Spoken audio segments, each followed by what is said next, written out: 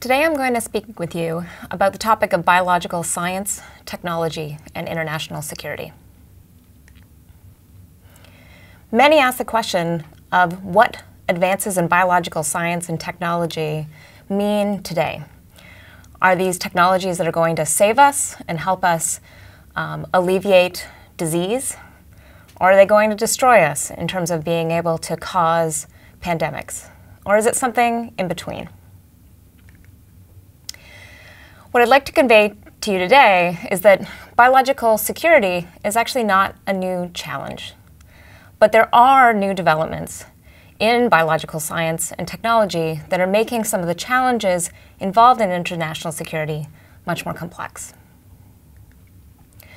An example of this type of challenge is, for instance, if we're trying to develop science and technology to mitigate threats, for instance, the threat of deadly influenza, might we be at risk of actually creating or releasing things that are already dangerous?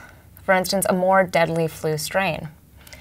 And we're concerned not only in intentional development of such threats, in the case of biological weapons development, but also what the type of accidents are that could cause the unintentional release of things that could cause just as deadly of a response or a pandemic.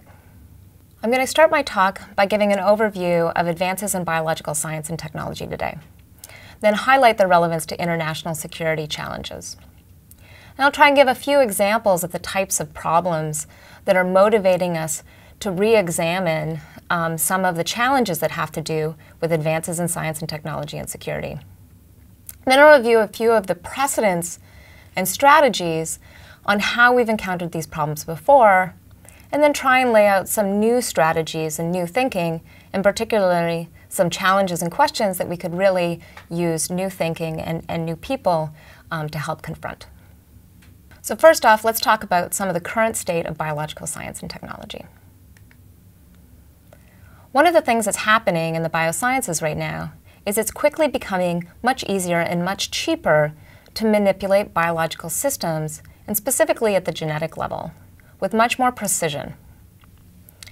So one of the particular ways in which it's becoming easier is it's becoming much easier to both read and to write and to directly edit genetic information.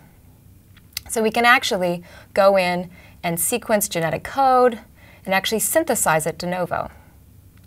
And this means it's becoming essentially much more easy to interface between physical materials in biology and digital genetic information. We can see some of these trends in this chart that tracks the cost of both reading and writing genetic information over time in comparison to Moore's law. In essence, it's getting much cheaper, much quicker than ever before. What's also interesting is that there are developments in terms of seeing whether or not this gives us the capacity to actually directly encode new functions within living systems.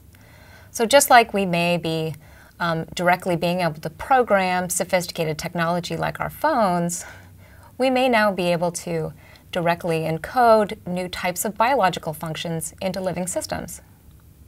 The difference here is that in this case, the software is able to also produce its own hardware, in which case the genetic information in biological systems, they can both reproduce and evolve without human intermediaries. What these transitions in the biological sciences are doing is that they're really changing the way that people are working with biotech. So a lot of processes are becoming more automated. They're also being done, instead of by individuals in labs with a lot of skill, they're being done by robots and machines at increasingly higher scales. What this also means is the development of lower cost and more accessible technologies is meaning many, many more people are working with biology.